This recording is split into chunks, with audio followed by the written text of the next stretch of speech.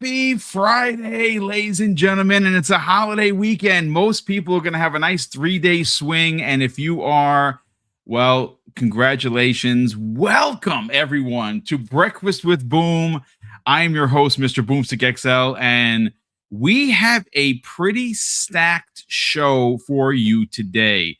We're going to be getting into some of the commentary from a Bloomberg interview with the Mathew Ball, the big hire for Xbox. And you know what he's saying? Look, I'm going to hold my thoughts because I have a bunch of stuff to read. I know that we saw Clobriel out there making some big statements about, appreciating the words and, wanting to see those words take shape or take form. I'm paraphrasing. I'll read it verbatim. Jez Corden said something similarly. And I am going to say that it is a big industry hire, but it's some of the things that Mathew Ball had to say that should get a lot of OGs like this old man here very, very excited. Of course, we're going to be opening up with the fact that this game in front of you not only is, in my opinion, the lead dog right now for Game of the Year over anything that has released before it in 2026. I have a strong suspicion that because it's so popular, because it's so regarded and renowned, and it's getting all these accolades from literally anyone that puts their hands on it, it's going to be in the Game Awards Game of the Year category. I actually think it's finally going to break into the Keeley's Game Awards. And they, what's interesting, I said this earlier, I actually think, and we have to play the game, we have to see it, but Fable could also be that game, and that would be two Microsoft games. And mind you, hold the phone. We haven't even talked about Gears.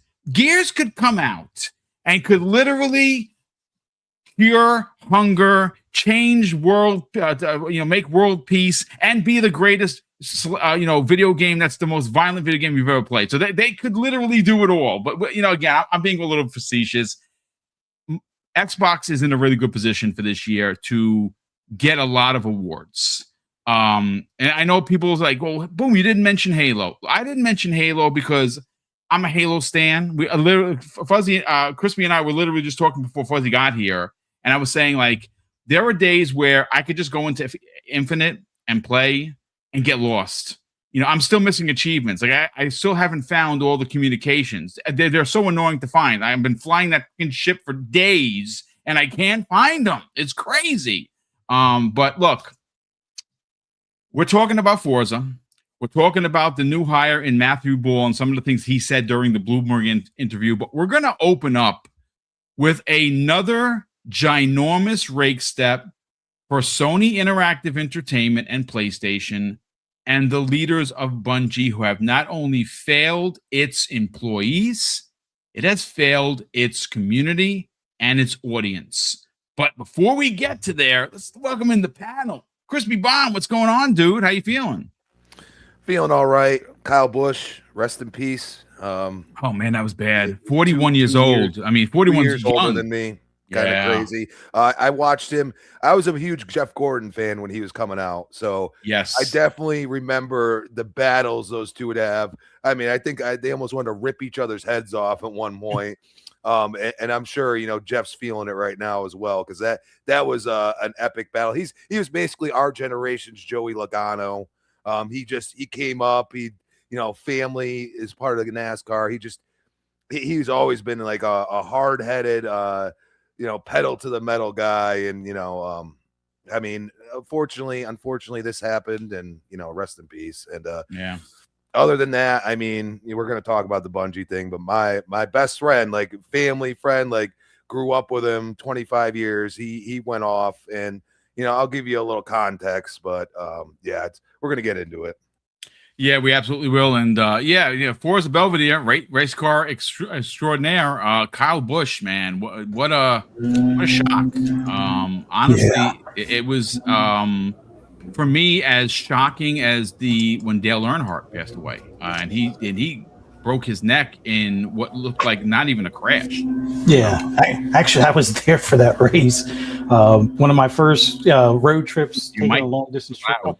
Yeah, super loud. There's something buzzing in the background. It's the groundskeepers are out here now, so perfect timing, obviously. Well, me too. Don't worry about it, brother. But yeah, you were at that race. Yeah, I was at Daytona in 2001. Whoa. And the weird thing about it, being a big Junior fan and big Tony Stewart fan, I thought Tony was actually the one that would have probably passed away that day, because I was on the backstretch when his car flipped over and landed on Bobby Labonte, and they were both in the ball of flames into the grass. So I was like, my wife, I was in the middle of trying to take a picture because they were all coming towards the front, and I could see his car. I could see the number 20 just flying past me. My wife's like, take a picture. But yeah, it's a shame for Kyle Busch. I remember when he was actually on Hendrick's team for a little bit. He was driving the number 5 car for a little while, and when they did that car tomorrow, the funny looking boxy car that they did for a little bit, he badmouthed that car so bad. Hendrick was like, "You got to go." He wound up going to Joe Gibbs and won I think a couple of championships there. So yeah, it's so sad to see him go. And this was, I think, one of his better years. Like, he had a slow start this year racing for RCR. It's almost like RCR has some sort of like bad rabbit's foot or something, like between Earnhardt, between him. I think even Neil Bonnet was using one of like a RCR powered car when he wound up passing, because Earnhardt and him were friends, and he got him into the car. I think it was like a third team, but it was basically like a test car for RCR. So I don't want to say anything bad about RCR, because I know Harvick, survived through there and everything, but it almost seems like they got a cloud over them right now. And hopefully, condolences to the family, condolences to the RCR, family as well, just for the fact that they're going through this again. But shocking, like, rapid illness thing. I would have expected him to go on a track kind of deal. And, but it's a shame nonetheless. And he had I think his son just had a birthday. His son is into racing. I look forward to when he's in the car as well. But yeah, man, and I kind of miss even Kurt Busch, his older brother that used to race, being on the track as well. But he's had his ups and downs with certain teams and things like that. But man, condolences to the Busch family. Hopefully they can work through this and come to peace and just honor his memories and remember the happy times and things along those lines. But I don't want to make this too somber or anything along those lines. We got a lot of good Xbox news right now. Forza Horizon. I'm losing track of time with Forza right now. Yeah, me too, brother. Yeah, having a great time with it. But man, so many great things with Xbox right now. We got that showcase right around the corner, so I got to get myself ready to go out to California as well. But man, a weird day yesterday, because coming home, my wife was telling me, and I'm like, what was it, out of practice or something? What does it say? And she was like, it just says he went to the hospital the other day. And then it's like, wow. So, yeah. Rest in peace. Yeah, ultimately, it's sad. I mean, we have a lot of NASCAR fans in the chat, right? Like, this Sith Lord being like NASCAR man number 1, like he's a big fan. So I wanted to make mention of it because it is sad. And 41, man, Jesus Christmas, that is way too young, way too soon. But look, ladies and gentlemen, thank you so much for hanging out with us so far. 10 minutes. We want to talk about what happened yesterday with Kyle Busch. And of course, condolences from Mrs. Boom and I to him and his entire family, because it's rough. It's a rough time for them right now. But ultimately, the one thing about NASCAR, I'm not a diehard NASCAR guy. I met Junior. I've met quite a few of them when I was doing community affairs for NYPD. Gentlemen, the one thing about NASCAR is it's family. So I think everyone is going to surround the Bushes, and they're going to be there for them, as you would expect. And that's if there's anything that you should take away from NASCAR, it's competitive. Yes, everybody wants to win. Everybody wants to be number 1. But at its core, with NASCAR, if you know anything about the sport, it's very, very family oriented, which is what I love about it. But ladies and gentlemen, we got to get into the Bungie news. This is shocking. This is a perfect example of mismanagement on every single level. And the original report comes the way of Bloomberg.com, ladies and gentlemen. Now, I don't have the report. I mean, I do have the report. I think it's paywalled. Let me go and check to see if it is. Actually, yeah. Well, okay. No, actually, it's not paywalled, surprisingly enough. So I do have it in front of me. And it goes on to say Bungie plans layoffs after ending Destiny 2's development. The Sony-owned developer will focus on Marathon rather than jumping directly into Destiny 3. Now, it has been confirmed. Oh, it is paywalled. Okay, well, there you go. It has been confirmed by Jason Schreier, who is the one that wrote this report. And I'm able to see these takeaways that he wrote in this report. And it goes on to say this, gentleman in chat, Sony's Group Corp's Bungie's unit is planning a significant number of layoffs as it ends development on Destiny 2. Bungie doesn't plan to immediately enter production on Destiny 3. And from what we understand, it is not even in pre-production, ladies and gentlemen. And it goes on to say that after Destiny 2 comes to an end next month, the company will keep Destiny 2 online for players to access after the final content update on June 9th. And after June 9th, folks, they are scrapping any plans for additional DLC or support. The game is going to be the game. And as you know, and I actually did not know this until I spoke to my brother this morning, which, by the way, is a Destiny head. Now, he hasn't played in years because he's a Division guy now, but he had put over 2,000 hours across PC, PlayStation, and Xbox. I mean, when I say he played that joint all the time, he was stunned, but he wasn't surprised. Now, when I said mismanagement, I know there's going to be a lot of people in the chat that are going to look at Sony Corp and more specifically PlayStation, Crispy Bomb, as the culprit for this. And ultimately, if you remember last month, they publicly devalued what Bungie was worth. And I thought then the writing was on the wall, but actually, I don't think Sony Corp is the culprit here. I think ultimately, Parsons and the rest of the leadership team, or the lack of leadership, is why Destiny, Marathon, and Bungie as a developer are in the position they're in. I'm a context guy. I say that all the time, and maybe you're not into numbers as much as I am, but after this report yesterday, it was highly discussed within, not only on the socials, but with gaming, games media, about Marathon being the next thing. Well, folks, I got news for you. Normally, even though it's during the week, you can get a game to be on Steam, and if it's a popular game, it will of course have players. A perfect example of that is at Forza Horizon 6. It has not broken it as of yet, but it's getting very, very close to the 300,000 player count concurrent. Well, I did a check last night to check the pulse, Crispy Bomb, of Marathon. And if this is any indication of what to expect moving forward, I have a strong suspicion that by the end of this year, Bungie will no longer be a studio, and that will be devastating for the industry. We have seen many studios before it fall on hard times, but still be around. Immediately, what comes to mind for me is BioWare.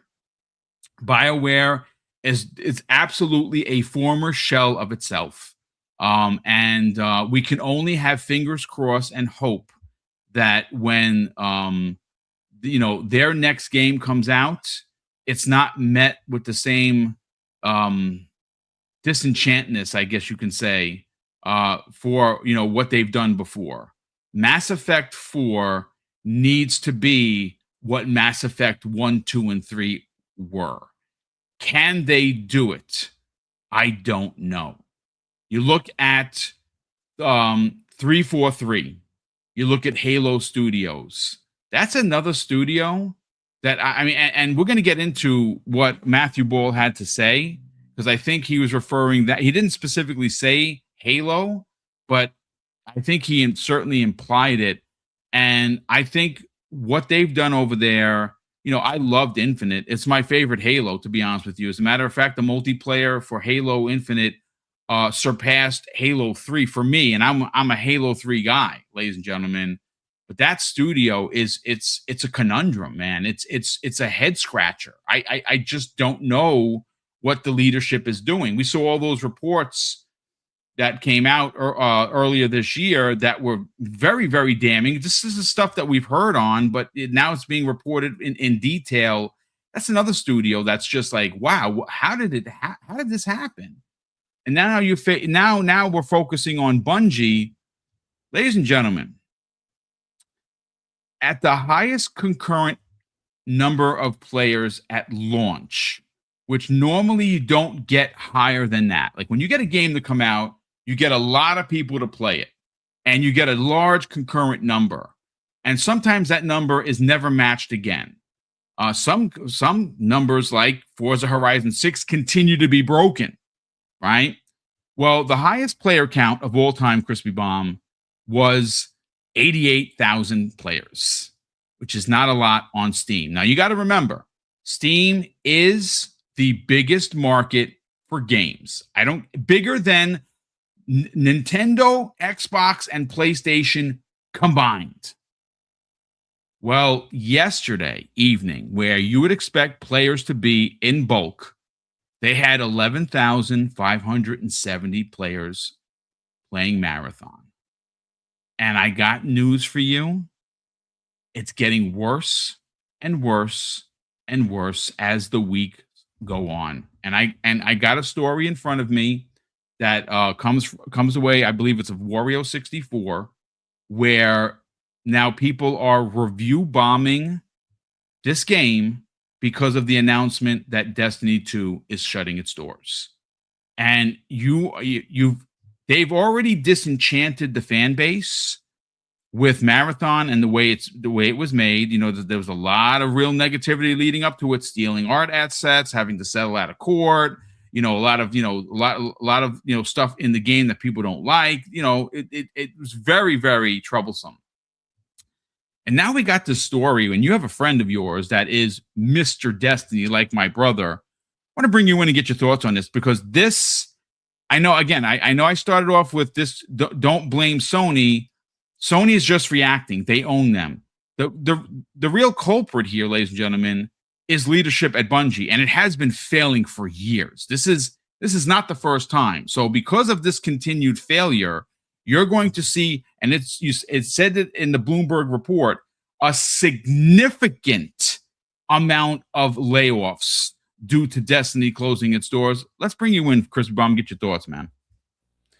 Yeah, so to be clear, I am not a Destiny player, but my buddy, and I grew up with him. I've known him for 25 years. Okay. He just recently, I got him a job at my work, and I didn't even know about this, by the way. And he comes up to me and he's like, what is Sony doing? Now, I do agree with Boom. There is a period in time where we could say it's all about Bungie's mismanagement. I will say the mismanagement of Sony has attributed to this, but in realism, I would believe it's more about the acquisition, and them devaluing it says it all. They know they overpaid. That was a reactionary to ABK. Okay. All that said, he looks at me and he says, they're going to kill Bungie. And I'm like, what are you talking about? He's like, dude, I just watched this report. He goes down the whole spiel. He follows a lot of Destiny content creators. Still, he's like, the Destiny community is just salivating, waiting for something special to come out, and they're like, we're done with it. And he's like, I get that, that Bungie has its problems, but I feel like Sony said, no, we invested all this money into Marathon, and that's going to be our focus right now. And he's like, so now you're going to lay people off that are working on Destiny? How does that make sense? He is very upset. And, I told Boom in the green room, for him, Destiny is like me for Gears, and Boom for Halo, and probably Forza for Forza Belvedere. You know what I mean? It's like that security blanket game, that game that you have, you can always go to, you can, just your mind can just go wherever it wants, and it's almost like you're on autopilot. That's what gaming's always been for a lot of us at certain moments. Sometimes you need that. So he is very upset, and it's hard for me to kind of calm him down, because he was like literally playing it last night, and he's been playing it. Kind of, it's like a clear head thing, and he's blaming Sony. I tried to give him a little context. He says, yes, at the beginning, Bungie was a problem. In turn, I wish I could say that this is a lesson for a company like Sony, but I don't think that's logical anymore. I think they made so many purchases out of desperation when this ABK deal was happening, and they've closed many of those studios that, unfortunately, I mean, unless Marathon has a resurgence with clearly any Bungie community, it's either Destiny, Halo, Marathon. It's not that IP, and I almost wish they'd trade Marathon and go back to Destiny and say, hey, we're starting on Destiny 3. We'll still support Marathon with whatever updates they already promised, and call it a day. But they're going the opposite. And for talking to somebody like him who's a huge Destiny fan, he's a little lost right now. And I had to, on the socials, I spoke up. I don't see a lot of people, and I know there's a lot of Destiny fans, that, okay, like you haven't played it in a while. That doesn't mean it can't have a resurgence. I mean, the Division all the time seems like it's trying to invent itself. And regardless of how you feel about Ubisoft, I feel like they don't give up that easily. And I think the giving up part on, because Marathon's next, let's be honest, it comes down to Sony wanting to cut their costs as quickly as possible. So, I mean, it's both their faults. It's the Bungie original management, onto what they've created now, but also now Sony doing what they do best, is killing things before they become too costly, because they feel like they already lost money. And that's the way I'll leave it. Well, I mean, it's a good point. Real quick, I want to shout out to Ruham in the chat. So, brother, great to see you here as always. He said something about disinformation, and I actually think that you are incorrect. Here's why. He says you'll still be able to play Destiny 2 just like you can play Destiny 1. They've said that in the briefing. All you got to do is look it up and read. Well, hold on a sec there, fella. You are wrong, because I literally just talked with my brother who's in the chat, who is Mr. Destiny, and I cannot begin to tell you how much of the original content you cannot access. They took that away because of a lawsuit that they got stuck and had to settle out on. And a lot of the original content that you paid for, you cannot play. So this whole ideology of, well, Bungie said, and you're going to be able to pick up and play, that might be fine and good, but they're not doing any updates. The game is dead. The game is playable, yes, but it's dead. They're not doing updates. They're not doing Destiny 3. As a matter of fact, before I bring in Forza Belvedere, I have a report here, thanks to It's Me, the Broke Boy, in the chat, where Bloomberg has confirmed that, and this is how you know Bungie is dead, right? Bungie might actually be exactly what Crispy's friend said. They may be DOA, and it might be happening sooner than later. And here's why. Bungie staff are pitching and prototyping a ton of new projects, including the Destiny franchise, but nothing was greenlit. Out of desperation, they were pitching all these different things, and Sony said no. So before we say anything about disinformation and having to read, because trust me when I tell you, Ruham, I do more reading in 1 week than you might do in an entire year to make sure that when I talk, I know exactly what I'm talking about. And I'm not being upset or pointed, but don't accuse me of disinformation. Destiny is dead. And that is the report that's happening. They're not doing anything with it. Destiny 3 is not in pre-production, and it's probably never even going to happen. And if it does happen, and my brother's probably commenting on it right now, because we literally just talked before we went live, and he told me that, bro, you can't, people would start Destiny, you can't even access the original content. And he knows more than I do.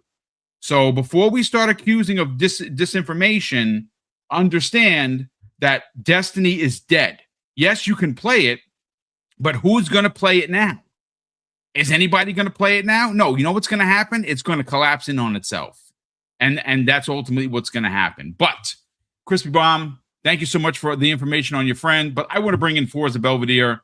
And again, all of this is surrounding ultimately Fuzzy mismanagement. That's what this is.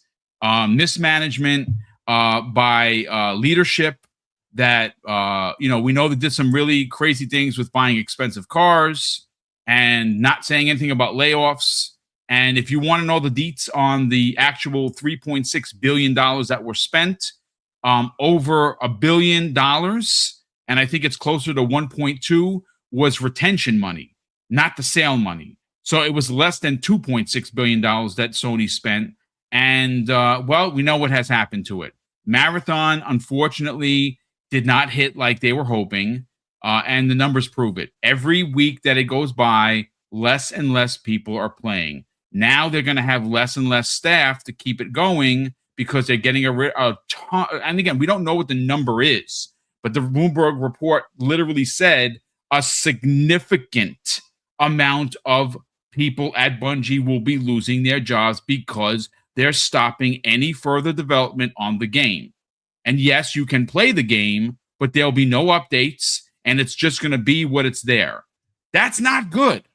But let's get your thoughts on this, man. Yeah, I'm not the biggest Destiny player either, but I was trying to look at my hours on Destiny 1 and saw what they were for Destiny 2. And it's less than 1,000 because I spent more of my time playing the Division 1 and 2. But I spent a good bit of time. And yes, I was one of those that was pissed off after buying content and stuff getting sunsetted. It was nice that they put before Destiny became a free-to-play, they wound up putting it in Game Pass, and that's when I kind of hopped back in because I had a bad experience. Well, I wouldn't say a bad experience. It was less than enthusiastic experience with Destiny 1 on PS4. Other than my work buddies, which only played, a couple of hours a night on like the weekends, and me being more into gaming almost daily kind of thing. Although me being the manager, I had a lot more free time, but it was rough playing with randoms, especially when none of them have mics and they all run past the ads and go straight to the boss. And I'm kind of learning this whole, not open world, but like almost MMO type of game style type of thing. So it wasn't the greatest experience. And that's why I kind of stuck with the Division, because the minute I played that on Xbox, it was like, oh, everybody has them. Well, not everybody, but 90% of the people have a mic. 90% of the people are willing to communicate. And you can pick out the a-holes from, the people that will help you in the dark zone kind of thing. So it was just a much better experience overall. So I kind of put Destiny 1 down at that point. And then when it came to Game Pass, like I said, Destiny 2, I picked it up. Played it for probably a year and a half straight, because that's when Division 2 was kind of, going through its we don't want to do anything update kind of deal, which that's what Destiny's going to go through. And let me tell you, as somebody that used to play Division daily, when you play a game and grind for stuff, once you get max level, I mean, other than going through the motions of getting like maybe, a level up or like getting something min and maxed as far as your build. After you do that, you kind of lose the reason to even play the game. I mean, you might help out your buddies, you might help out people in your clan and things along those lines. But that, like I said, when Destiny 2 went into Game Pass, that's what kind of convinced me to pull myself away from the Division, because there were no more updates. I had already had like 4 alternate characters that had 8 builds each, all of them maxed, and you know, it was just a matter of going through the motions with one of my closest buddies, PTK Blam. And then he was like, hey, let's play Destiny since it's in Game Pass. After it left Game Pass, started buying some of the expansions, and then come to find out those expansions I just wound up buying, we're sunsetting them. So you can't, we got your money, but you can't play it anymore. And isn't that the craziest thing? Like that to me is wild. So so again, it just goes back to, oh yeah, Bungie said you can play the game. Okay, you can play the game, but you literally had people like my brother who paid for shit and you can't play it. They took it away and didn't give you back your money. So you're going to tell me that because Bungie said, come on, man, grow up. Let's stop trying to cover. Let's stop trying to cover for a situation that just stinks to high heaven. That's it. It sucks. Bungie is going to lose a lot of employees, and yeah, you can play the game, but is anybody actually going to play the game? No. You know why? Because some of the content that you paid for, you can't access because they said, we're going to sunset it. Get out of here with that, man. Well, the funniest thing is, if it's all on the reliance of Bungie's word, what good is it when Bungie gets absorbed? I mean, they've already taken part of the team to work on that Gummy Bears, I guess you could say Smash Bros knockoff. They've also taken some of the team to work on or assist with, I think it's Naughty Dog, on Intergalactic and things along those lines. So when the rest of the team either gets absorbed into other studios as support or just gets disbanded, what good is their word? Because Sony's going to look at the bill and be like, you know what? We're not making money off of these people that are playing. And Sony's quick to cut things off as far as servers. I mean, yes, we saw that with Concord. We saw that with, I forget that Gravity game that they had years back. So I would say, and I don't mean to be the doom and gloom guy, I give Bungie 6 months. Like, the fact that they're ending support on Destiny is the worst sign possible for the livelihood of that studio. Like, I'm waiting any day now for Nixus to be listed as either sold off or closed or whatever, because per Jason Schreier, he said Herman Hulse confirmed that they're not doing single player to PC anymore. So what good is Nixus then? Because most of these multiplayer games are day and date for multiplayer. So that studio would be the ones working on the multiplayer. So I don't see Bungie lasting but 6 months. I mean, the only thing that could save them, and I think it's about 2 years too late at this point, is if they made a single player or PvE only component to Marathon. But I don't think Marathon has enough interest or excitement behind it for that to even matter. I mean, I've said this before, like the best way for them to have, courted the Destiny 2 player and moved them over to Marathon is to have that consistent PvE co-op experience that you can have. Having this PvE PvE only type of realm doesn't work. And I'll give you an example of where you can mix the two and it would work great, albeit it was the second fiddle to Destiny, was Division. It was what I consider still the original extraction shooter, even though, yes, I know Escape from Tarkov was in early access on PC at the time, or around about the same time, or maybe a few months earlier than Division 1 was. But the fact that you weren't losing all of your gear that you worked all these hours for, was great, because at least people didn't just want to give up and throw their controller at the screen. I mean, people still probably did that when they lost whatever, legendary weapon that they found in the Dark Zone and didn't get to extract. But at least the gear that you used to build or the set that you built to go into the Dark Zone was still on you. It wasn't like they could, rob you of your pants and shoes or whatever. So the fact that they didn't make that type of mode is their own fault. Now, granted, Arc Raiders doesn't need that. although it looks like they might be leaning towards something along those lines, making a PvE only experience. But there was a lot more leeway with that optional wipe, which if you haven't been paying attention to things like Escape from Tarkov, like every 6 months, it's a wipe. So if you're, working, 40 hours a week or more, and let's say the first 2 months after a wipe, you're all in it, you get 20 hours in, you get the store open, you can now buy from vendors, you got some decent guns, and you got, some of the cosmetics because you killed a boss or two here and there. All right, that's great. You take a little bit of a break because a new game comes out, you go back. Guess what? All that stuff that you did from those 20 hours worth of work, gone. Now you got to start all over again.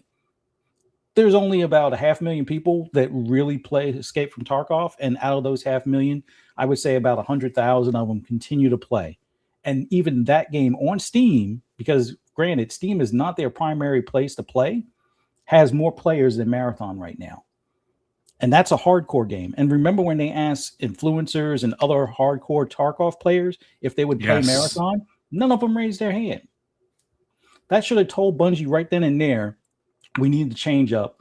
We need to go with a tried and true extraction shooter that's more casual, which would have been The Division.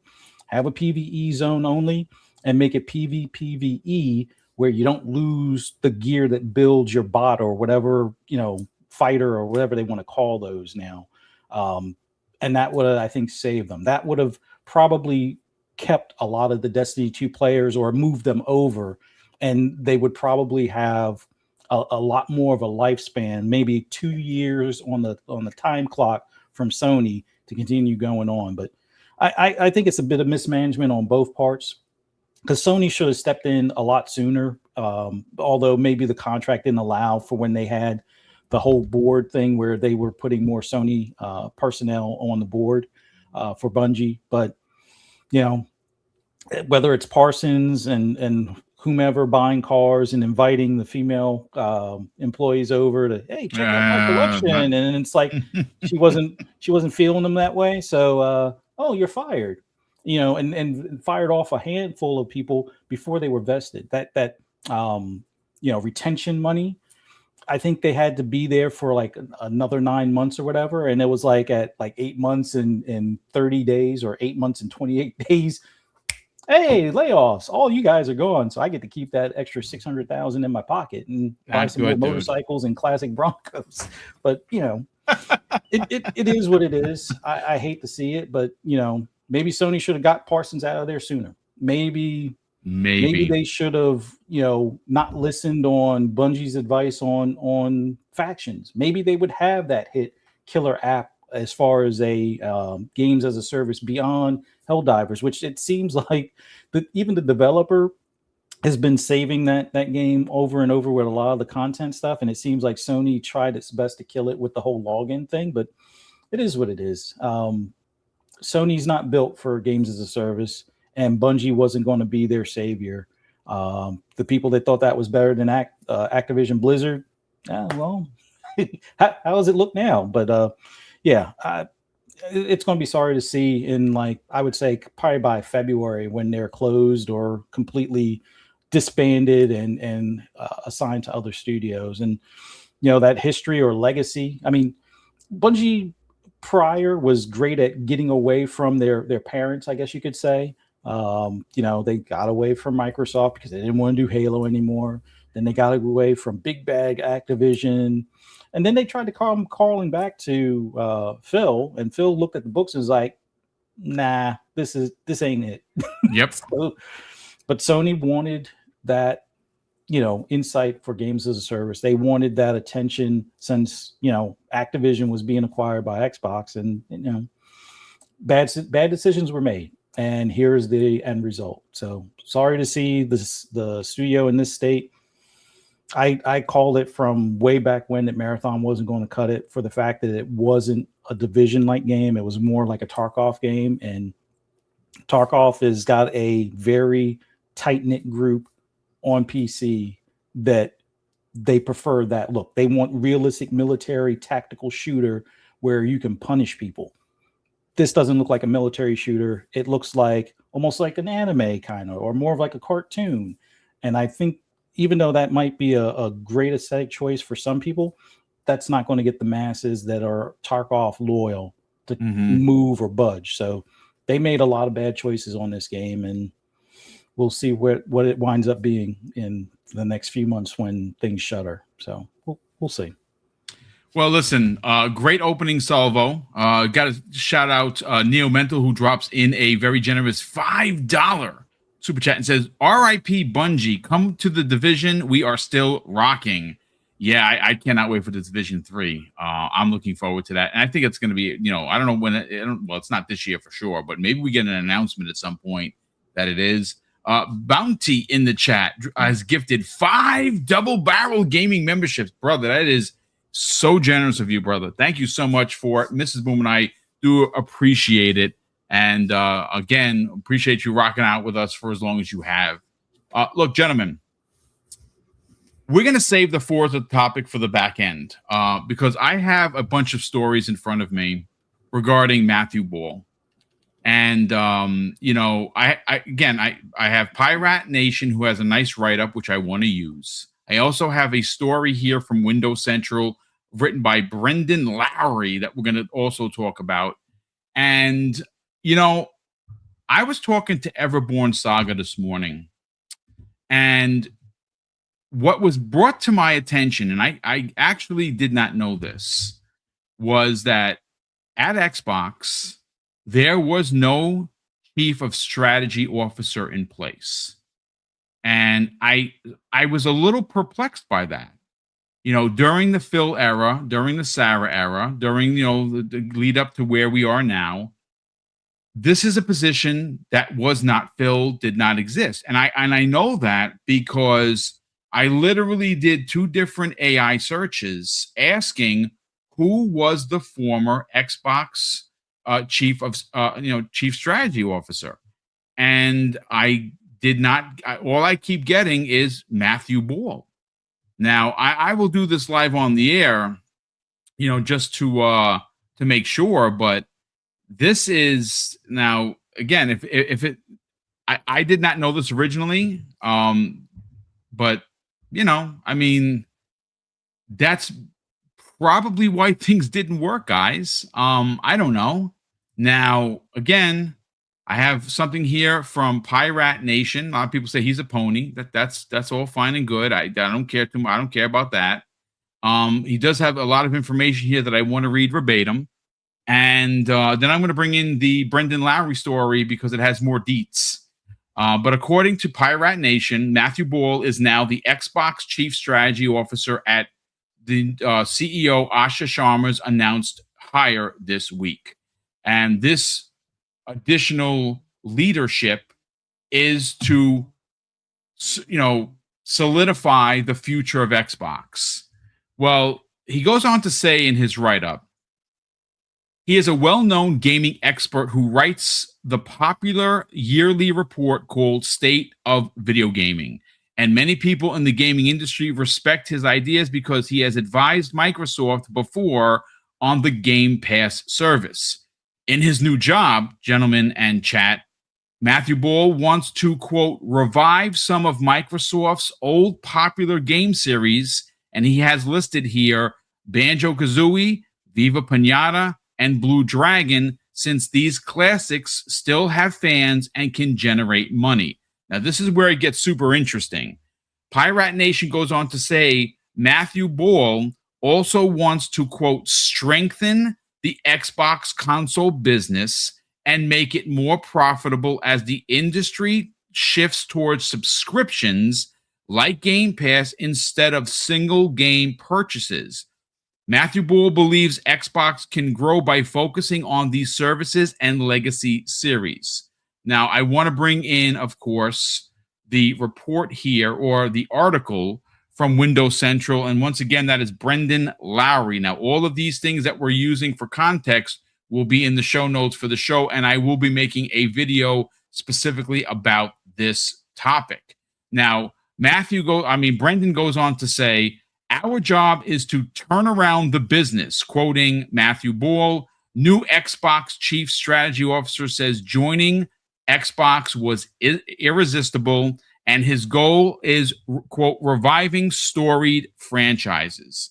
And in its subtext, it goes on to say, Xbox's new CSO Mathew Ball aims to elevate social games, quote, strengthening Xbox's console business. Now, that is a really, really big point, Crispy Bomb, because we keep hearing by people, and again, it's not just one particular group of people. This is the running narrative, is that the console business somehow isn't important to Xbox. And I've already mentioned it multiple times that we've had the new leadership specifically talk about making the console known as a great piece of hardware. Asha Sharma has talked about bringing back, eyes and interest into the current gen hardware. And why is that, Crispy? Because it's really, really good hardware. And what did she do to solidify her ideology? She's done more updates in the first 88 days to that console than it's been updated in the last 2+ years. And that is a big step forward. But let me read a little bit from the article and then we'll bring you in. And it goes on to say, ever since Phil Spencer retired and she, meaning Asha Sharma, was brought in as the new Xbox CEO, several major changes within Microsoft's gaming brand have happened, including several high-level leadership shuffles, as she solidifies the team that will herald the, quote, return of Xbox and help her achieve her vision for the future of the gaming division. In a second wave of leadership hires and promotions this Wednesday, with Sharma bringing 3 new executives into the fold.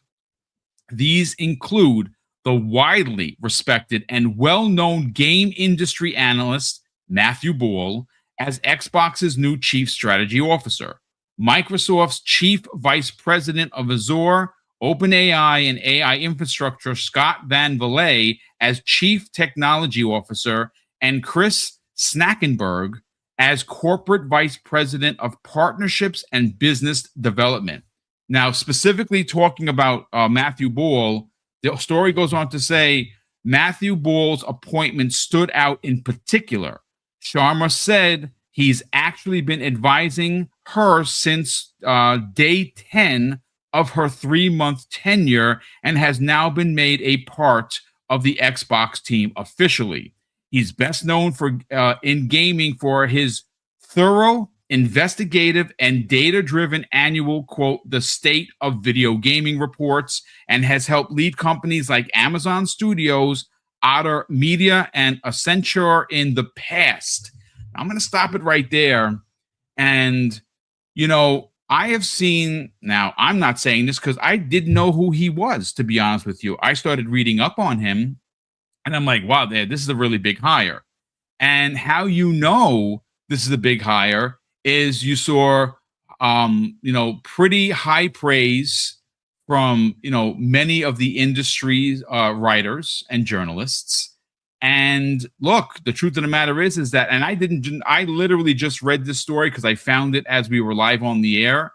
And it's pretty interesting, Crispy Bomb, to know that he has been advising Asha since day 10, and whatever he has advised her hit so well, they're like, we got to hire him. It's a really big hire, but I think there are a couple of really points of contention that I want to sink our teeth into. One, the console. He is now another part of the new leadership that has said it aloud that the current hardware is not only important, but a big component on what they are going to do moving forward. And that's huge. But the other thing, from a fanboy's point of view, like an old man like me, he wants to revive old IP that he believes that not only still has a fan base, but can do what?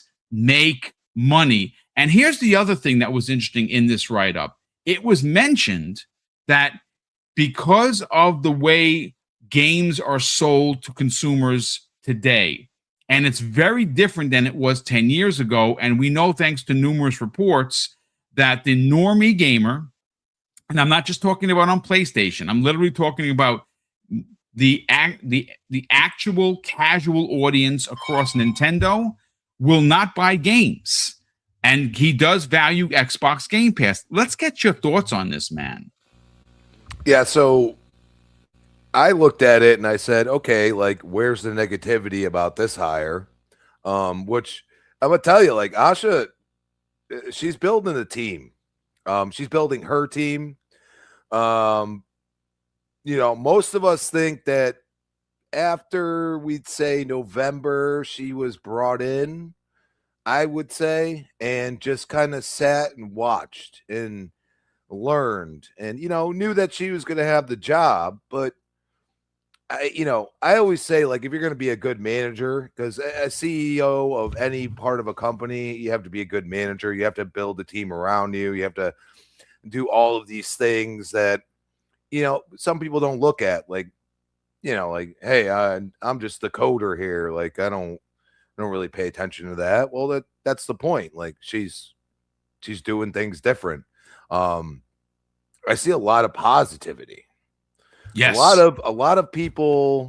I mean, Tim Sweeney just came out of nowhere, and, you know, Asha just said, I think I appreciate that, or whatever she said. But, you know, like, when you have a lot of the industry saying, like, this is a pretty smart move, it gets you a little excited. And this is where I go and say, like, you know, we talk about, you know, like, Jez's poll and the, you know, exclusivity to killing Game Pass argument, you know, the way it is, I should say. And you look at what he said, you know, Mathew Ball, you say, I don't know about that. You know what I mean? Like, let's calm down a bit. Like, I think me and Boom are in the same camp. Like, we could do both.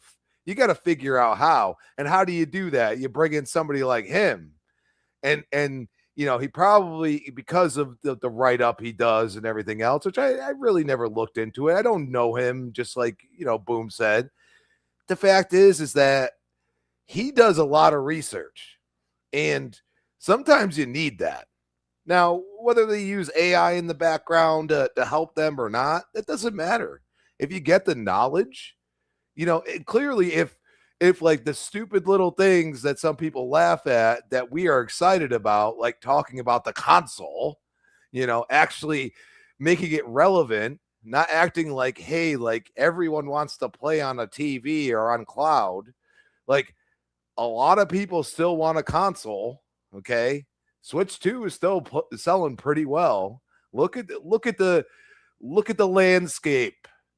The landscape could be, hey, these consoles could be so good that even PC players might look at it with a side eye. And I think that's the logic involved. The service, the updates, these things that, you know, I almost feel like for the past couple of years, especially on Xbox's side, have been like thrown to the wayside and just like, oh, you know, we're here, whatever, have a good day. And now it's like, no, we're Xbox.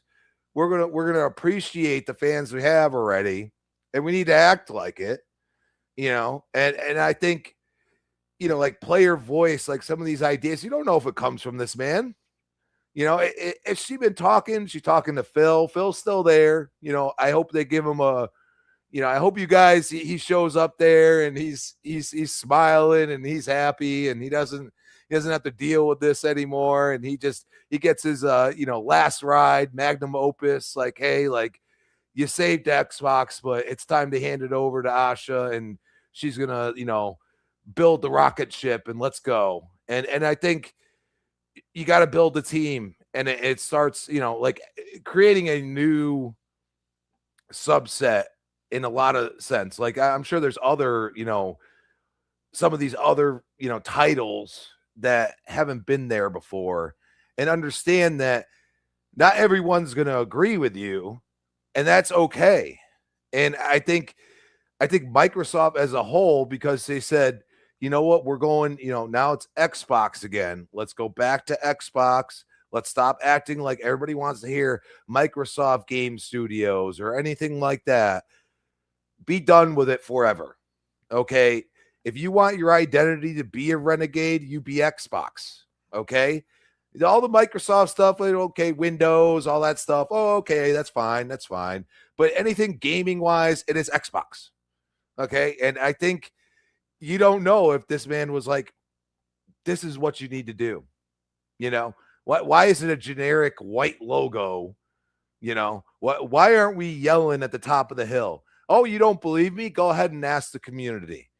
You know, strategy is strategy, you know, and it seems like all the moves right now, all the things, all the news bombs that, you know, we cover, but, you know, some people are just like, oh, that's, you know, that's just corpo speak or whatever. I don't know. I haven't seen a CEO be less PC or politically correct as she just refuses.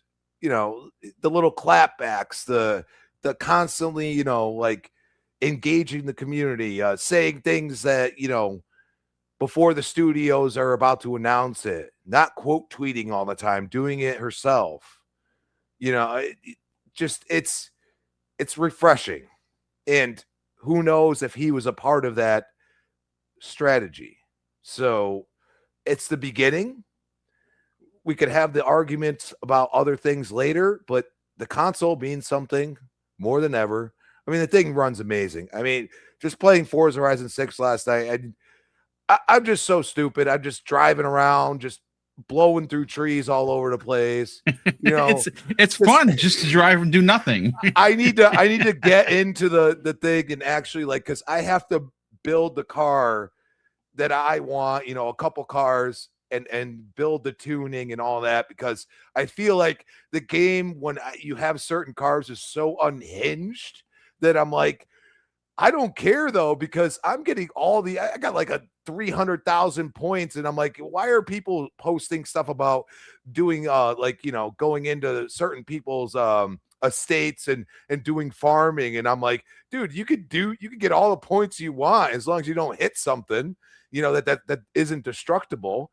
You know, as soon as you do that, it's, you know, it null and voids. It's kind of like, you know, playing Tony Hawk in a way. It's kind of weird, but I don't know. I guess I attribute it to that. It's like a combo, you know. That's what I'm saying. Like, fun factor. Like, you know, these old IPs, it doesn't mean that they should die. If anything, like, use the service. And I feel like he's gonna put two and two together and say, hey, like, you know, every game has a place, but some of them cost more than others, and also some of them will hit harder than others. And what better way but to use the service as well as a reason to build these games, because it's another game to add. And I think he might be the one on the back end that gets us to strategically figure out how that happens. And I'm excited. And there's a lot to get excited about, because even though we don't have a clear view yet, Crispy, of what exclusivity looks like, we do have some new additional information that I want to read before handing the mic over to Forza Belvedere. And this report originally came from Bloomberg. And of course, we are reading a story here from Brendan Lowry of WindowsCentral.com. And bear with me as I read some of this, folks. Brendan goes on to say, specifically in this article, in Bloomberg's words, Mathew Ball said that the role he plays in the process will be, quote, reviving storied franchises and strengthening Xbox's console business, which has struggled greatly in recent years due to the ongoing memory crisis, a slow cadence of updates that Asha Sharma has pledged to fix, and a notable lack of compelling reasons to buy an Xbox console amidst Microsoft push to release its games on every platform available. Even so, he believes console gaming as a business is, quote, important, durable, and still growing, and also believes that, quote, revenue will follow and profit should as well. If Microsoft takes steps to make Xbox more attractive, goes on to say, if Microsoft takes the proper steps to make Xbox a more attractive alternative to compelling systems like PlayStation and Nintendo Switch 2.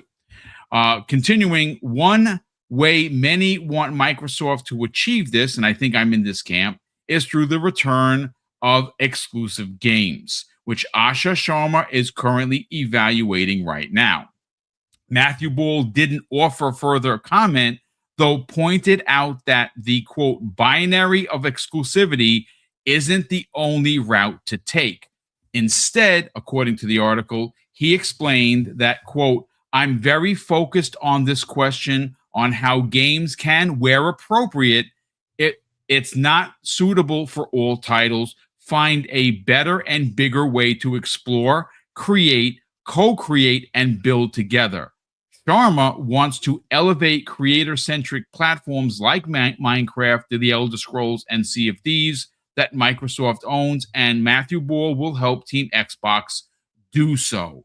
Now, again, that was a little bit of a corpo answer, and it really wasn't straightforward. It certainly wasn't one way or the other.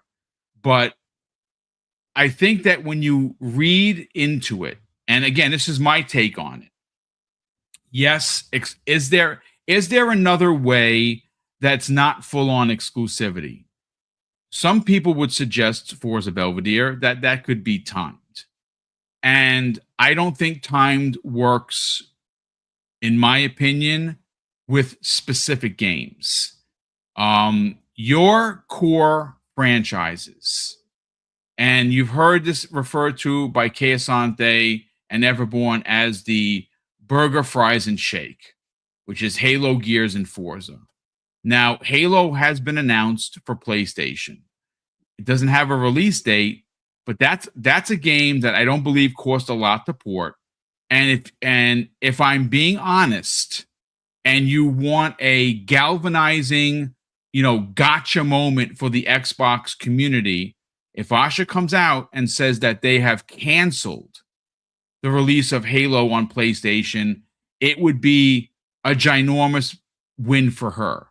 And I've said this before, and this is not console warring. I don't think Halo has a place on PlayStation. And once that line is crossed, you cannot undo that. That is an Xbox IP. It deserves to be on Xbox. And until God of War or Uncharted or on Xbox console, an actual Xbox release, then you should not put Halo there. Now, Gears of War, I have heard, and I'm not the first one to say this, you've heard this from Crispy, you've heard this from Dirk Griggity, you've heard this from Colt Eastwood, that Gears is not going to PlayStation, as it shouldn't.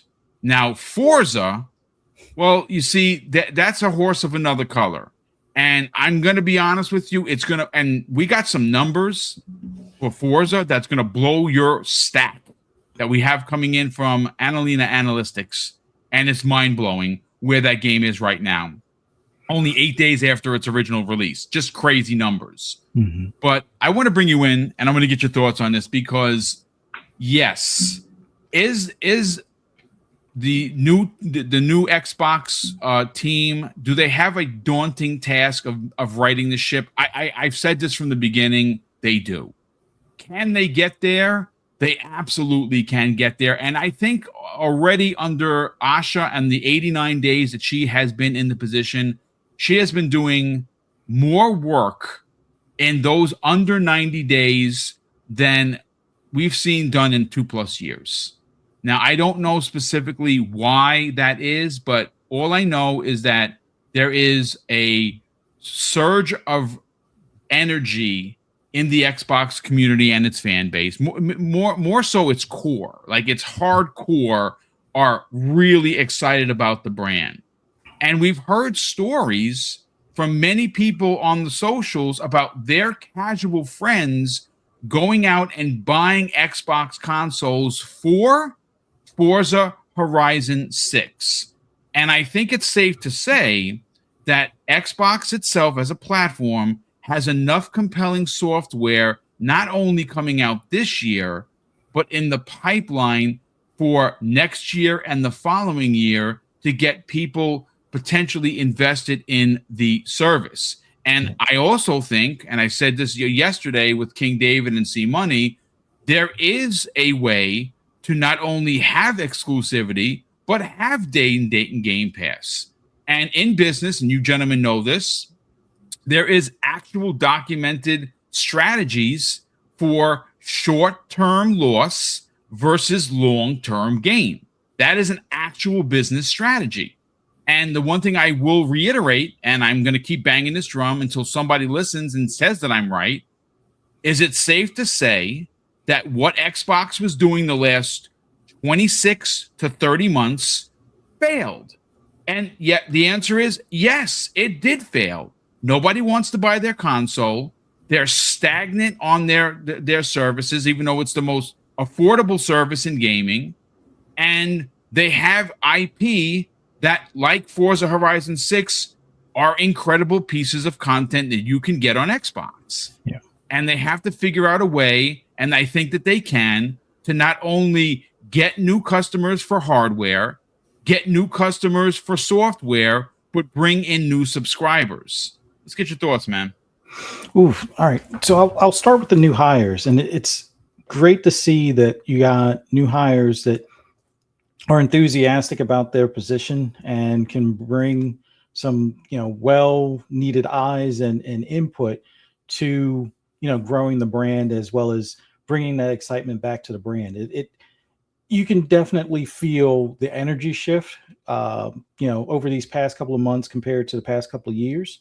But a lot of it seems like they're fixing where they kind of turn left kind of deal. So with that being said, the one thing I don't want to encourage is the sacrifice one thing for the other. Like I'm of the mindset that they can do exclusives and still have day one titles in Game Pass Ultimate. And that energy right now, well, not that energy, but the big thing that makes me think that that's still a doable thing, and that's what we should probably continue to ask for, as opposed to one versus the other, is that the premium upgrade for Forza Horizon 6, which did rather well, was for $60 instead of the $30. And despite it being double the price compared to previous, it still sold well. That's how you can still get the extra money that you might be losing on the front end from the game sale, and get it on the, the DLC and the early access end of things. And if they continue to do like the game pass discount, as far as the, members get pricing discounts and things like that, and they go back to the old discount as opposed to the one that they changed, I want to say a couple of years ago, where they well, not a couple of years ago, it was about a year or so ago, where they reduced the amount of discount on the initial, and then they reduced after the 30 days. I think it used to be like 15 and 25. I think it's now like 10 and 15. If they go back to that old discount, I think you'll continue to get people like me to buy the game 30 days later, as well as do the premium upgrade. And that will be, I guess, it'll still be less than what the full, I guess, day one price would be, but you're getting probably more people to buy the game, or at least buy the additional DLC, to kind of fill their pockets and make sure that the balance sheets work and all. I'm not too worried about their balance sheets, but if that's what they're going to focus on, I think that's the way you can, do both, have the day ones and have Game Pass still be as successful as it's been for the past few years. And then I know there's a lot of people that have seen my kind of breakdown on how they could do exclusives, as far as what would make sense to the fans as well as the gaming media, so they're not pestering them every 2 minutes about when is this coming to PlayStation. Just simply divide it up by your divisions. And I know some people would say everything should be exclusive to them, and I'm not too far from that mindset, but some compromises probably need to be made, so that way we don't run the risk of a studio underperforming, let's say, in a certain circumstance where they may have to be shuttered or mass layoffs. I think just by the name of Xbox Studios, that should only be on Xbox.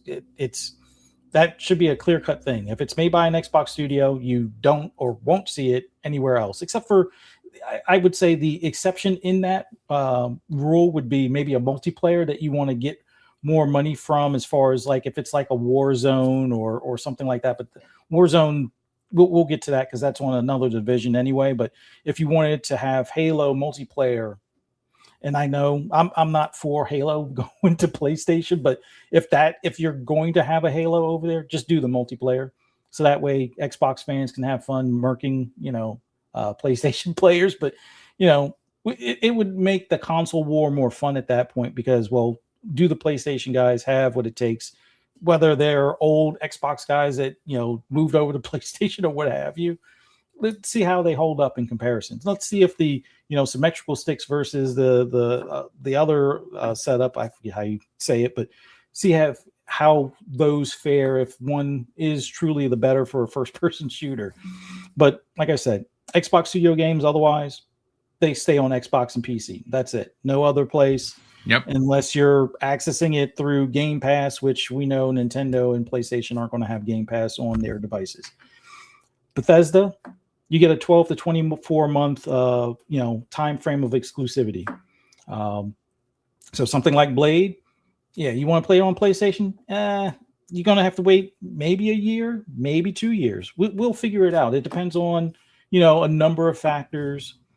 Ask us after 12 months, and then if it's not there at 12 months, then expect 24, and then that's your answer, kind of thing. And that gives the teams plenty of time as far as any porting and stuff like that. That also gives the teams plenty of time to continue to do the support or updates and whatever other necessary DLC and things along those lines they can for their primary platform. So that full year or 2 years, it's focused on Xbox with like a portion of the team working on the port. And then at that point, by the time the port is ready, well, the game on Xbox should have already been the definitive edition at that point. It now moves over to the other, and you get the sales from that as well. And then when it comes to Activision and Blizzard, they're for the streets, day and date, all platforms, except for new IP. So something like the studio elsewhere, they're going to make let's say a new IP.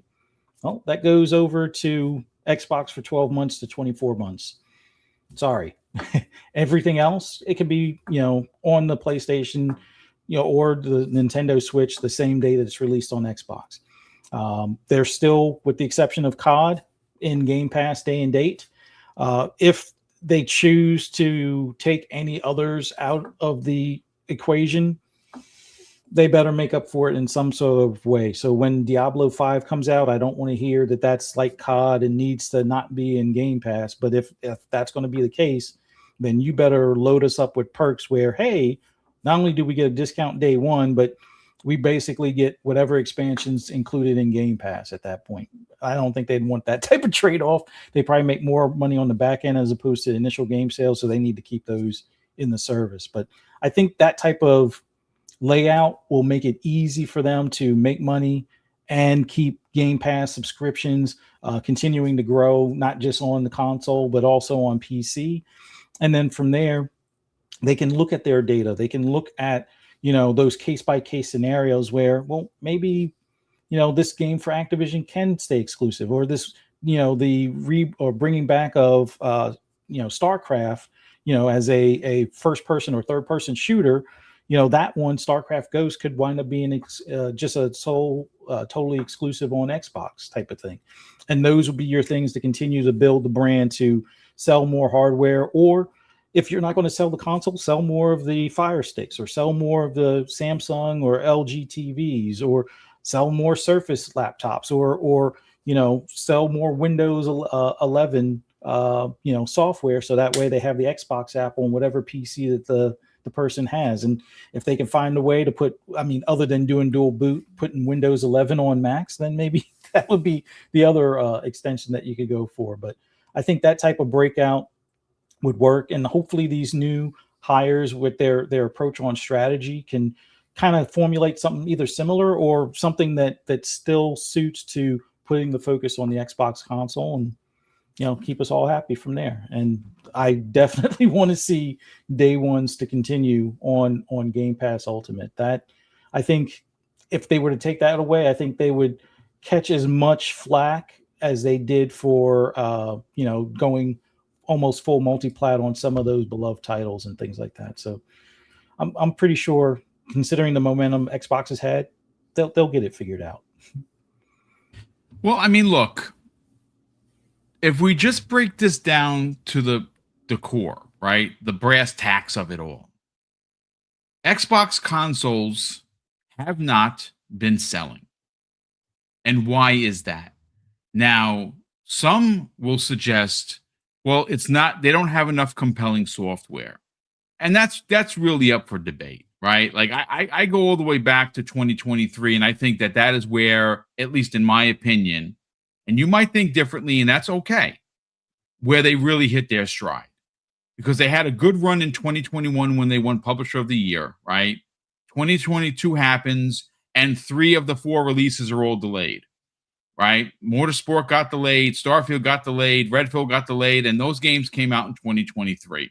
Now, Motorsport, for a lot of people, wasn't what some were expected, right? You enjoyed it, but it wasn't what you were hoping for. And that game was in development for a very, very long time. Starfield, for me personally, hit like a ton of bricks. And I think there was a lot of forced negativity because it wasn't on PlayStation. And that's where you got that from. And Redfall was half-baked. We all know this. Now, I put over 80 hours. I ran 3 characters. I very much enjoyed my time with it. But at no point did I suggest that game wasn't broken. That game was made by a team that did not really make multiplayer games, and they didn't really put their heart into it because they didn't like that they were working on it. So that's why that turned out that way. But since then, it's safe to say that they've had a lot of compelling content. And I think that this year is a perfect example of giving your teams time to cook and bringing back, classic IP. Forza has been here for years. Gears of War for years. Halo for years.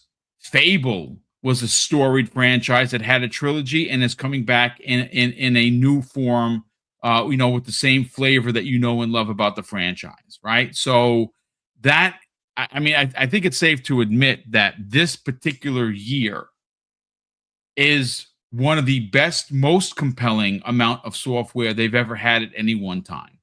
And we know that they have a bunch of stuff that we know about, like Clockwork Revolution, like State of Decay 3, and so many others, but there's a lot of stuff that we don't know what they're working on. So how do you actually sell series consoles? How do you do that? Well, you can't sell series consoles if all of your flagship IP is available on someone else's box. Because why are you going to buy a Series X or S console when you can just go out and buy a PlayStation? Well, and you have to make things compelling. You have to make the hardware cheaper. You have to make the service better, and their service is much better. And of course, their service. And this is why you have to take advantage, because in business, when it presents itself, you can't sit on your hands. They lowered it $7 and Sony raised theirs, right? Sony raised all of their hardware due to, quote, market conditions. If Xbox comes out and does a price drop of $50 per console, you're going to get people to buy, because Grand Theft Auto has been confirmed for this year on the 19th of November. People are gonna have to upgrade. I keep saying this.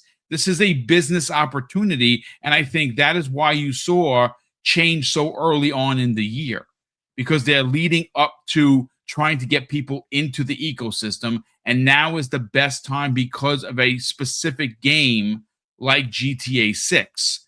But if you have compelling software, like we're going to get into right now with Forza Horizon, and you can then add to the conversation a Fable, a Gears of War, a Halo, a Minecraft Dungeons, even though that's multi-plat, these things are going to be in a service. You can not only sell your service, but you can also sell your hardware because this content is not available somewhere else.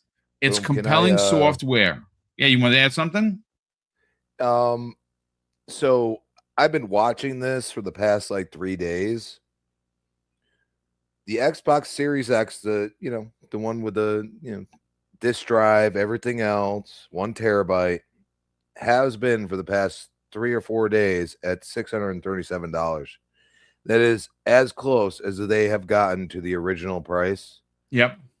That I've seen in a long time. Now, yes, technically it's not the 500, but they have the stock. So remember how I've always said, like, I'm worried about the stock. It's bestseller on Amazon right now. It's $637.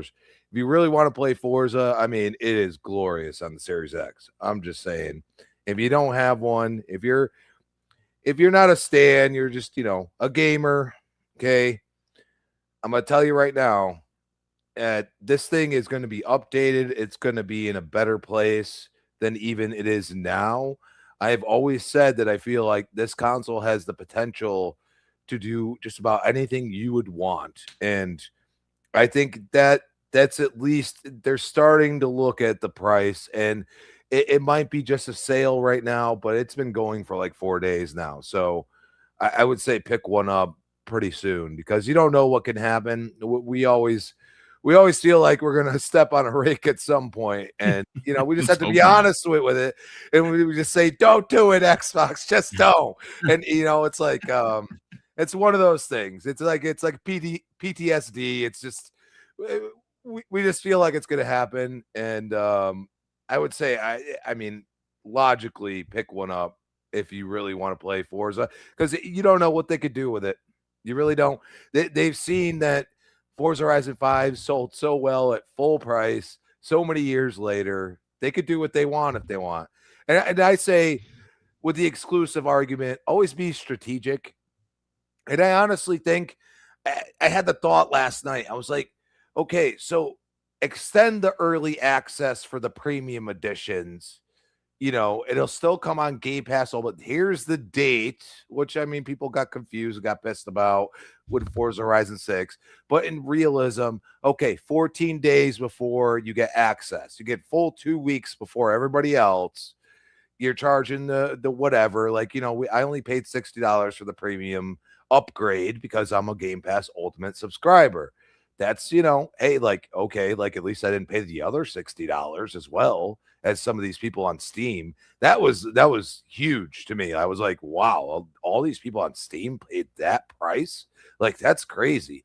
So I think there's a way for them to figure out how to do it without destroying, what they've built, because they built something pretty special with the day and date, which now people would argue, oh, well, the early access. Well, they've been doing it for a while now. Yeah. Let you know. And, if you want to pay it, you can, or you can wait until, FOMO's a thing, people. Like, sometimes an IP hits you and you're like, you know what? I got to wait 2 weeks. Hell no. I'm a Game Pass sub. Why not get that? Okay, I'm still technically paying half price compared to a lot of other people. It's a small thing that could actually, become something that makes them money on the back end, that says, hey, we don't have to do much else. And yes, we can take a Forza Horizon 6, we can take a Gears of War E-Day and say, no, you don't get it. And maybe it comes out at some point. I mean, we're not. You're not for the streets. Away. Hang out at Xbox, at Xbox's I'm ranch. just saying, because we got PC right next to us now. All this Sony talk, like, hey, we got PC sitting right there. Like, hey, like, we don't like this, and it's like, okay, they're gonna close off everything. Well, we're still with you, PC, and we still gonna release on Nintendo Switch whatever games could actually run on that. And like, they're 6, 7, 8-year-old games. Like, come on. Like, I don't know. I'm kind of like, they could figure it out, and they could also have those hit IPs. It's almost like when Netflix shares with Prime or Paramount or anything else. They all share certain IP, but then, like, the rest of that IP is on, that service that they're on. It's almost strategic. Like I feel like that happens a lot and people ignore it. And we're talking about a service at the end of the day. And I mean, it seems to work for a lot of these companies. They're making tons of money. And that's where you say, like, Xbox to lower their price of Game Pass Ultimate. Now you're $3 away from where the premium PlayStation price is right now, and you get nothing on that premium except, I don't know, I guess you can play old games differently or something like that. I thought y'all didn't play old games, but all right, I'm enough. No. Listen, let me catch up on super chats, and then we're gonna get into the. I got some numbers for you folks. It's gonna blow your wigs right off the top of your heads. Legendary Yobi, salute to my brother. What's going on, dude? Thanks so much for the very generous $5 super chat. He says, hashtag peace, love, and life. Nothing more, nothing less. Indeed, sir. Gents, shout out to my guys, Boom, Fuzzy, and the crispy one, Crispy Bomb, tick, tick, boom. Indeed, brother. Well, great to see you here, Yobi, as always. And yes, indeed, peace, love, and life. Nino Vestic, our generous friend from Hawaii, has done what he's done more times than I can count on my hands and toes, and that is gifted one Double Barrel Gaming membership. Thank you so much for that, Nino. And of course, if you did get it, thank this man in the chat. Aloha to you and the fam. Hopefully you have a great weekend. Smokey, who's been a channel member for a very long 62 months. So Smokey, thank you so much for the insane generosity. He says, subsidize the games, not the consoles. They should sell a new Call of Duty for $45 on Xbox and $90 on everything else. Wow, that would be insane. You know what that reminds me of? Let me continue. Making price exclusive on multiplats. I don't know if they could get away with it, but do you remember when NFL 2K on the Dreamcast went up against Madden? Madden came out at $60 and 2K came out at $20, and it was the best in football I have still to this day ever played. I think Randy Moss was on the cover, if I remember correctly. I am so angry that Madden has the NFL license locked up, because the way 2K makes basketball, if they were to ever get the official NFL license again, I'd go back to playing football. Like, I haven't played Madden in years, but I love 2K. My God. So thanks for the flashback there, brother. Look, I want to segue chat and panel into the big news. The big news is that Forza Horizon 6 has surpassed 6 million players in a week, in 7 days since its launch. Now, that's very similar into comparison to what happened with Forza Horizon 5, but I think Forza Horizon 5 had it in 8 days, the 6 million players. Now, I know there's somebody right now, scoffing at the fact that it's players. Boom. You're talking about players. Everybody is playing on Game Pass. No one's buying the game. Well, I got news for you. Not only are you wrong, I'd say tuck your tail and keep moving, because I got some information here from Annalena Analytics confirming that Forza Horizon 6 in 7 days has sold almost 5 million copies. And I got some really big breakdowns for you folks. Now, if you're interested in where Forza Horizon 6 falls for 2026 sales and who is around it in regards to actual, sales of games, well, it has come in at number 4 for 2026, and the list goes as such. Resident Evil Requiem is currently sitting at 7.1 million copies sold. Slay the Spire 2 at 6.5 million copies sold. Crimson Desert at 5.3 million copies sold. And currently at number 4, Forza Horizon 6 at 4.9 million copies sold. Now, this is where we get into the big numbers. So, 4.9 million copies have been sold both on Steam and Xbox. The game itself, as of this podcast, ladies and gentlemen, has generated $325 million in revenue, gross gross revenue for sales of the game, both on Steam and Xbox. And it goes on to say here, 3 million plus Game Pass players across cloud, PC, and console. That is big, big numbers. But I have some more, some other information that we're going to get into before we hand over the mic to Crispy and Forza Belvedere. And he goes on to say, according to Analina Analytics, our data shows that Xbox gamers across console, PC, and cloud, and I'm not doing the Xbox thing in all caps, he meant, being facetious, really showed up for Forza, accounting for 42% of copies sold, almost 2.1 million versus Steam's 2.8 million. That is unusually strong Xbox side performance by any standard, but it's made even more impressive by over 3 million people accessing Forza Horizon 6 via Game Pass on top of that 2 million plus paid number. Despite Xbox accounting for fewer paid copies than Steam, the Xbox version of Forza Horizon 6 is actually generating more revenue. Xbox accounts for 51% of total gross revenue against Steam's 49%. And of course, he's talking about sales. Crispy Bomb, you just went on a crispy rant about Forza Horizon 6, and well, we're going right back to it. I think, and I've said this before, this is not console warring, folks. This is just taking the data I read to you and using it in context for a conversation that says to me that Xbox does not need PlayStation or its gamers. Now, would they make a lot of money? Sure. But again, if we're trying to make it compelling for people to buy the hardware, this is your prime example of how you do that. And because we're dealing with people that are now leaders at Xbox who are number-based and use everything that's available regarding, information, numbers, monies, sales, subs, they use all of that. This is an example of if this was taken off the board for PlayStation 5, this would get people to buy a Series X or S console. And I don't recall who said it, and I think it was Fuzzy.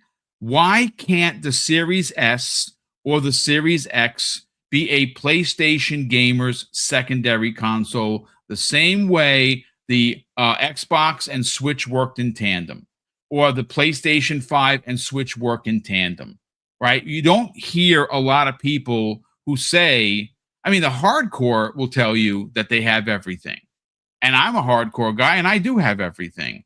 But, you do have, everyone thinks that it's two extremes. It's either you're super hardcore and that, you're getting tattoos with your brand on it, or you're casual and you have no idea what you're doing. You're just going with grandma into the shop and buying stuff blindly.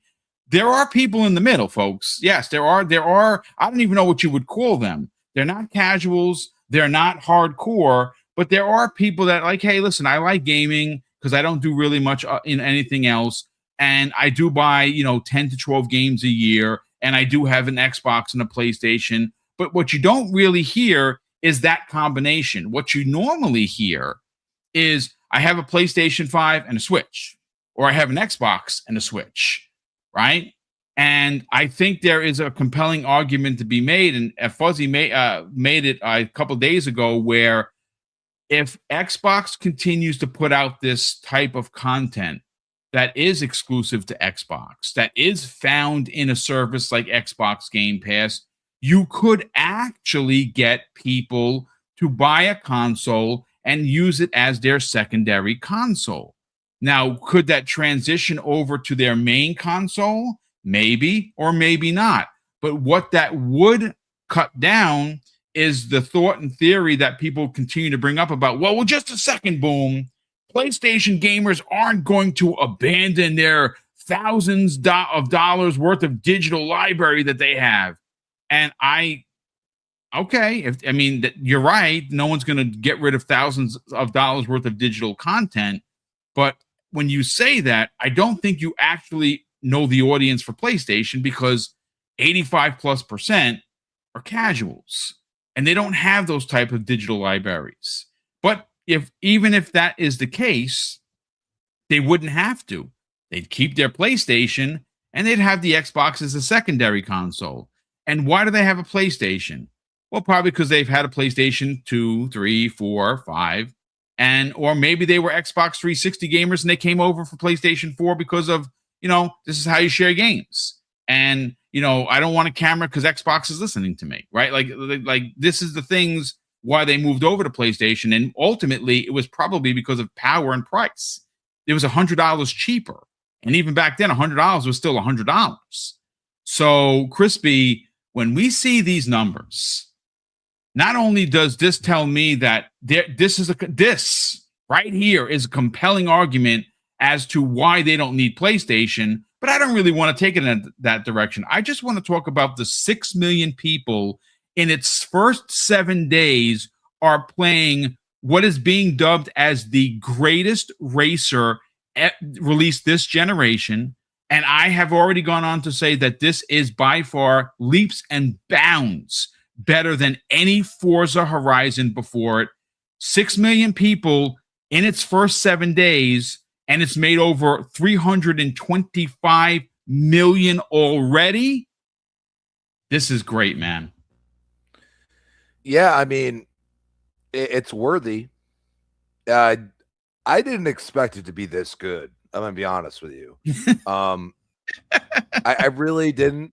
And look, dude, like I'm not gonna touch you. Like everybody talks some smack about Boom driving. Like, dude, trust me, I just don't care. It is just incredible how well it runs, how good it looks. And I mean, I follow all the stands, or I should say, I don't block them, and I understand why, like somebody like Boom just said, no, I'm not doing that. But when I have people that might be on PC or wherever else, they're just playing the game, and they start trolling the stands because they're talking smack, but they're like comparing it to like Need for Speed when it came out in 2015 or something like that. And then they go and compare it a daytime versus the nighttime on Need for Speed.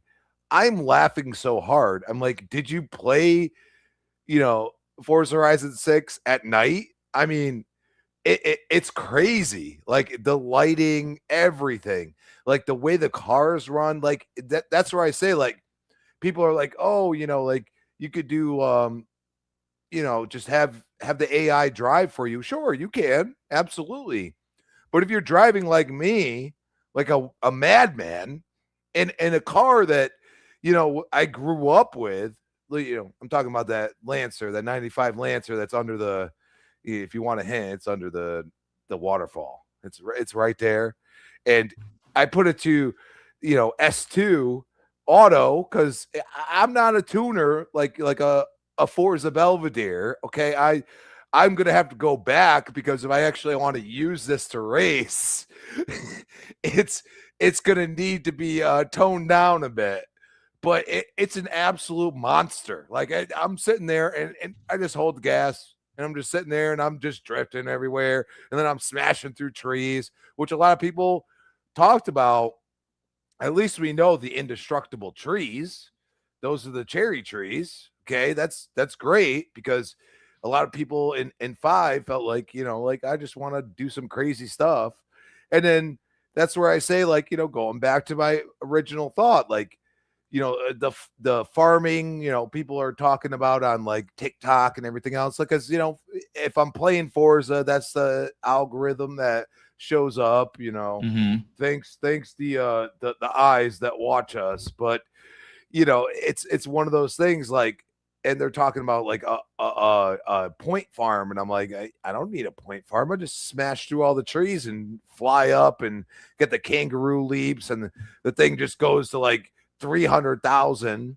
And I get, 5 points towards the car itself in like 2 seconds. And it's like, all I have to do is make sure I don't hit something that's not like smacked. Solid. Yeah. And in those Crispy, I had a 1.5 million run dude, and it's just fun. It's like when we used to play, like, and that's where I say, like, I got to go back and play Tony Hawk, like, you know, the remasters and everything, because it's one of those things. Like, hey, you knew you screwed up. It is what it is. You know, let's do it better next time.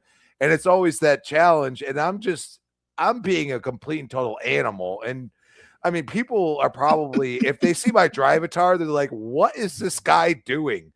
You know, he's on the beach. He goes through, you know, 5 mountains, it feels like, you know, flying over them, smashing through trees. And I'm like, I just love this stupid little car that, you know, I grew up with watching.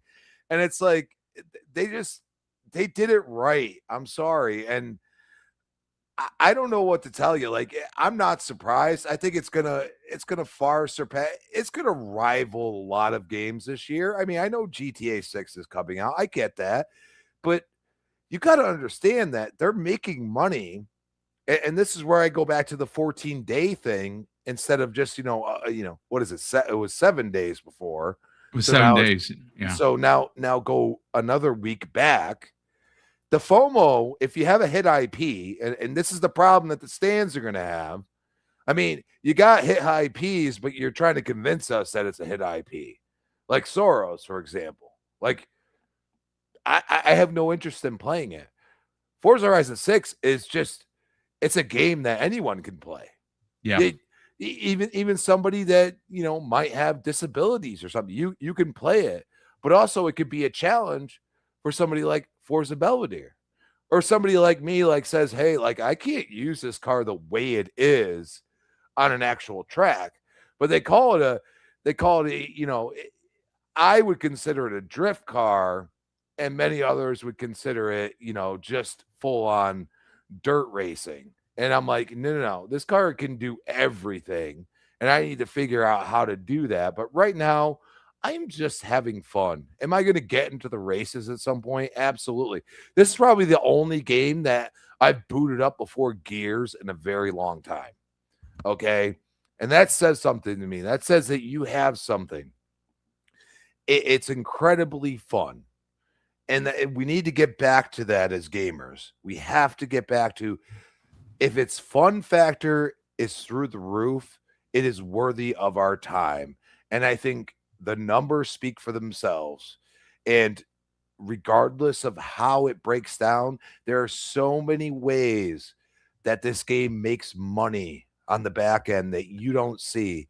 And, you know, people were like, oh, it's a linear analytics. Blah, blah, blah, blah. I'm like, okay, so generally with their thought process, I up it like a couple 100,000, because that's generally what happens. So like Soros, I said 500,000 sold, right? So what are we talking about here? We don't even need to go there with Forza Horizon 6. Like, what are we saying? And that's where I say, like, it's a zeitgeist moment, and that's, I would say, delay it till next year at minimum. I know they have the port, and this is where I say, do not delay a game for Xbox and PC because of PlayStation. Like, that's where I would start on exclusivity. And I feel like Fable could have came out at the beginning of the year. I bet you they're 98% done with the Fable on Xbox and PC. And it's almost like they're holding back for PlayStation. And that's where I say, like, look, you want to put us first? Just put us first. That's what it comes down to. It's not a whole lot. It doesn't take a lot. And I will push back. I will say, you know, Halo is a 25-year-old game. I don't have a problem with it going over there. But if you come out with the next Halo Infinite, I don't expect them to get it anytime soon. Because you know what? If you don't even give them the Halo Master Chief Collection, what does it matter? You could spoon feed them all of those old games and get revenue from games and make them look better and get Xbox people to buy them again, or, you know, subscribe to Game Pass. There's a way around all of this, you know, exclusive or not, or this or that. I get it, Boom. I get the Halo thing, but you got to understand, I'm a Gears player first. and they disrespected Reloaded. It was $40 freaking. You know what? You don't deserve the new hotness. Do I think if they did do a Gears 2 and 3 Reloaded, it's going to be campaign only? And that's because they know that the PlayStation gamers can't handle the multiplayer. But why would you give them E-Day? And that's where I say you got to be thoughtful in it. You got to understand that there's certain communities that like, hey, like we relish in the fact that, hey, we could smash on PlayStation players, but they didn't play it. And it's like, all right, well, I guess what's the point then? And I think they need to, they need to figure that out. And I think Forza is a part of that equation. I think when you see the success that 5 had so many years later, you could do that again if you really want to. I'm just saying. Well, listen, great points as always, Crispy.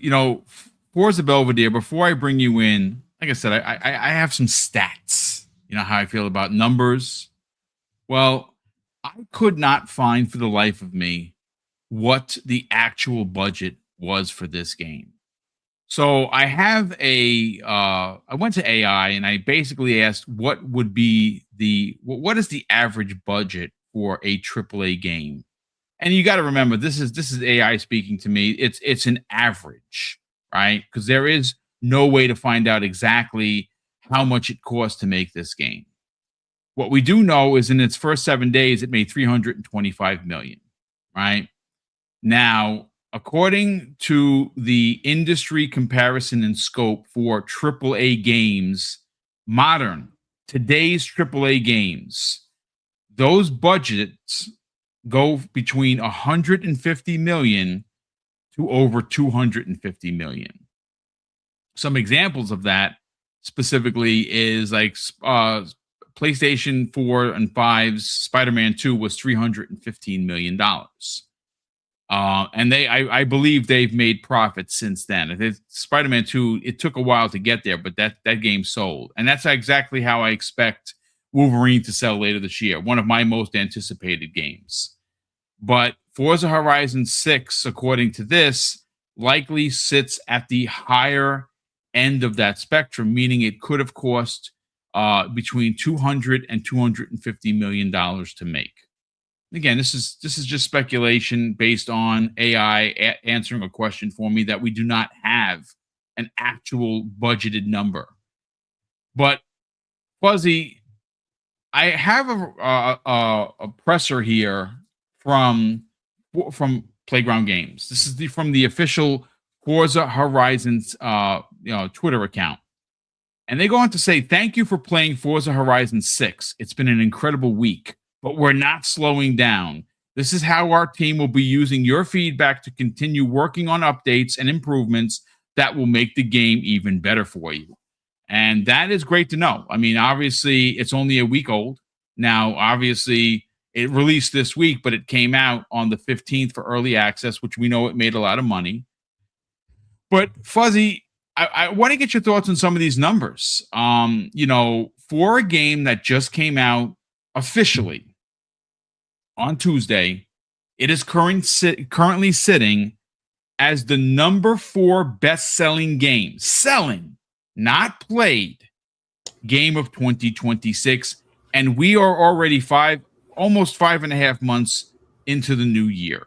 Mm-hmm. Now, granted, yes, we still have a year, half a year left, and there's going to be a big number out there that, I don't know, maybe you've heard of it. It's called Grand Theft Auto. Yeah. Well, they're expecting $8 billion to be made off of that game. That was in their financials the other day, which is not surprising at all. But even though Grand Theft Auto will, in fact, be the best-selling game, no doubt, it's unbelievable that Forza Horizon 6 in 7 days has got the number 4 spot locked up, and it's coming for Crimson Desert, which I actually think by end of weekend, it will surpass. Yeah. And then it's going to go for Slay the Spire 2, which was an indie darling hit, and that's at 6.5. That could be a week or two. And then right after that, because we do know we're still in May, Grand Theft Auto isn't coming out officially until the 19th of November. So we could see, and again, this is just all speculation, 10 million sales by the time that happens. Yeah. So I want to get your thoughts on these numbers, man. These are incredible numbers. Oh yeah, and not that I have inside information, but I remember hearing something along the lines of when they were at 20 million players for Forza Horizon 5, more than half of that were sales. So it was somewhere around 12 or 13 million at that point. By the time they hit 44, I think the number, it kind of slowed. They were more players than purchasers. So it was like more like 18 or so, I think, for Forza Horizon 5 at that point. I wish they would probably come out with the actual sales numbers, because it's probably one of their better performing games over the last few years. But this one with 6 million players right now, I would say at least half of them are probably, full on game purchases. And then a good bit are going to be, Game Pass as well as the upgrade, which, considering how pricey the upgrade was, it's almost like buying a full game anyway. So they're seeing the money of pretty much, I would say, probably 4 million in sales, or 4 million units sold if you kind of adjust for the upgrade and stuff. I expect this game before this year is out to reach 10 million in sales and probably just shy of 20 million players. Like, I could see this being number one requested item for anybody that's a gamer that didn't already purchase it, being it on having it on their Christmas wish list. So this game will more than likely see 20 million units or 20 million people playing and at least 10 million units sold. I think the only other games this year that will outdo it by year's end will be Grand Theft Auto, which will probably obliterate their numbers in 24 or 48 hours, but it's Grand Theft Auto, and there's pent up demand for that game, considering they haven't really, 5 release, was it like 14 years ago at this point? So yeah, crazy. Yeah, so it's to be expected. And then I think the only other one that will, if it doesn't beat it by the end of the year, it'll eventually catch up going into the new year, which will be Call of Duty. Yes. Everything outside of that, I think this is going to be not only the highest critically acclaimed game for the year, but also the highest selling game outside of the 2 aforementioned games. I say this, and people may not realize, with racing being a niche genre, I guess 40 million plus people, I would say, disagree, but this is one of those games where I kind of expected this number to be what it is, and I expect it to continue growing. As far as it being an exclusive, I think they win either way. Although if it was more about the console wars and the console sales, they could use this one as their definite meal ticket at that point. This is a system seller type of game.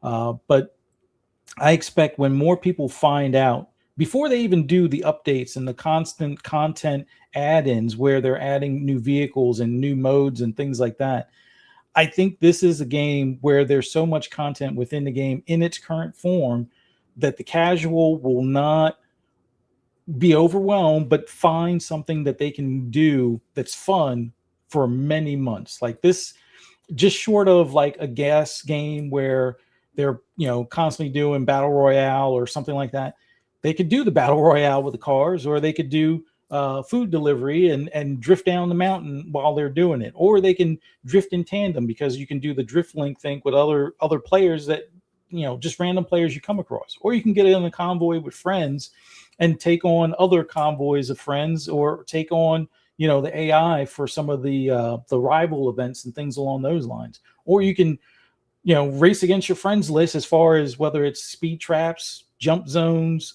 the Pathfinder things, or just do the actual rivals where you make absolutely no contact with the walls and try to get your fastest lap time, and then you find out like an hour later that one of your friends beat your time by like 0.2 of a second, and then you got to go back and beat them again, or somebody beat your jump of 1,400 feet by 1,500 feet, and now you got to go and do 1,600 feet. So it's like there's always something to do, and I think when people find find or more of the casuals find out about it, they'll probably grab onto this as well, because that was one of the key things that made Need for Speed the go-to racer back in the day as far as an arcade racer. It's, easy enough and open to everyone, but you can really kind of mix things up as far as how well it performs or handles. But this game, like, whether you're into doing the spec racing, which they have the spec racing, which if you're disappointed with motorsport but still want that competition level that feels like motorsport, do the spec races. Pick the cars where everybody has the same tune, same level car, and it's about not wrecking or not making mistakes and capitalizing when the driver in front of you makes a mistake and either hits a curb or puts a tire in the grass and kind of spins or drifts the corner a little bit more than you do. And that's the joy of this game. So yeah, I totally expect that number to continue to go up for probably the next 2 years rather quickly. After that, it'll probably level off a bit because people will probably bounce back to Grand Theft Auto, because Grand Theft Auto is probably, or at least their online, is probably the next biggest racing game. I don't know how many people pay attention to the racing modes that you can do in Grand Theft Auto. So I think that will eventually get some of the casuals over to that because they want to up their online character. But I think this game has more than the potential it had. If it was just a reskin of 5 as far as new location, I think they've gone that extra mile to keep people engaged in this game, keep people excited, and discover new things all the time. Like, you might be doing a race where you're doing a jump or something like that, and then you see Mount Fuji in the distance, and you're like, oh wow, this is cool. And you're not doing an online race with actual players, you're doing it with the that driver tars and stuff. So you can pause the game, take that picture, and now you have a new wallpaper for your console. And I think there's going to be a lot of that. And I still have to do my drift video. I'm gonna do a TikTok where you got the Tokyo Drift music, or at least the instrumental, because I don't want to get copyright stricken on it. But yeah, there's just going to be so much stuff that you're going to see as far as content, whether it's on TikTok or YouTube Shorts or YouTube in general. And just being in this game, just having fun, looking at other people's paint schemes or the cool cars or the way people have tuned their cars and things along those lines. Going to the car meets. I mean, if you're a car enthusiast, this is your game. If you're a racing enthusiast, I still say this is your game. Even if you're into like video game photography, this is your game. So yeah, I don't be surprised if by the end of the year they can say 20 million players. I totally see that being within reach for them, especially after the holiday season and stuff. So we'll see how far it goes. Well, needless to say, this is a banger. As you can see, I am still driving through everything I can get my wheels into. Trees, cars, houses, homes, parked cars. I don't care. I'm just right. Like Crispy said, it's just, I said it in my review. I don't think there's been a time that I've picked up the controller to play that I didn't have like this big old cheese smile on my face. Like, it's just joy. Honestly, I don't know what else to say. I mean, it's the setting and it's the cars and folks, I don't know if you know this, but they do have DLC you can buy, and they do have microtransactions. They have these car voucher packs, and some people are like, well, I don't want to give them any money. Listen, I'm not trying to tell you how to spend your money. If you want a car collection, and I have 147 cars so far. I have a lot. Like, I you know what? Every time I go something that says for sale, like a crack fiend, I buy it. I buy every car. It could be a piece of shit. I'm buying it. I just want it in the garage, right? This right here, this Subaru, I believe it's 2019. I just gave it a Mario Kart skin. It looks so good. Oh my God. It's my favorite car. I have this thing in front of you right now. This is not my souped up one. The one that I have can go 278 miles an hour. It is a monster truck and it's awesome. It's a 10 off-road. Oh, so freaking good. And I do the auto upgrade. I'm not gonna sit there and try and tweak anything. I did the tires because they gave me some bull tires I didn't like, but outside of that, This is I'm just having so much fun. I hope that you had as much fun as I'm having in Forza as well. We all are on today's show. Let me catch up on Super Chats to get everyone out of here. So we have Snake Eyes 327 dropping a monstrositous bomb of $20. Thank you so much for that Super Chat, brother. That is incredibly generous of you. Now, he says something here that's pretty interesting. He says, to Crispy's point, yes, PC games or gamers bought the $120 edition on Steam, but those PC players also have access to the Xbox app and Game Pass on PC. So why did they choose to buy it on Steam? Better platform, better service. Oh, there's no doubt about that, dude. The Microsoft Store is terrible. They know it's terrible. I mean, Steam is Steam, right? That's the place to buy PC games. Not only do you get them cheaper, but that's a great service, and that's why they continue to thrive. But thank you so much for the generosity, as always, Snake Eyes. Appreciate you being here, brother. Ronald Kirby drops a very generous $5 super chat and says, "Didn't I say that, Boom? Early access will pay. So early access, some will pay. Yeah, I mean, it's the numbers there, brother. A lot of people paid. I mean, we all knew this was going to be a banger. You saw the preview videos. It's in Japan. I know there's some people in the chat that are like, yeah, but it's just a change of setting. Actually, it's you got to sink some time into this. It's not just a change of setting. It's honestly, it's not. Yes, through some of the well, first of all, it's a racing game, so you're going to be racing. You're going to be, that's just what you're going to do. You're going to do a lot of racing. But there's a lot of stuff that you can do that's outside of the norm, and I actually really dig them. I just completed the the photo. They have like these things like that, it's like Travel Japan. I did one with the photo. I got 3 stars and everything. So I took all the cool pictures.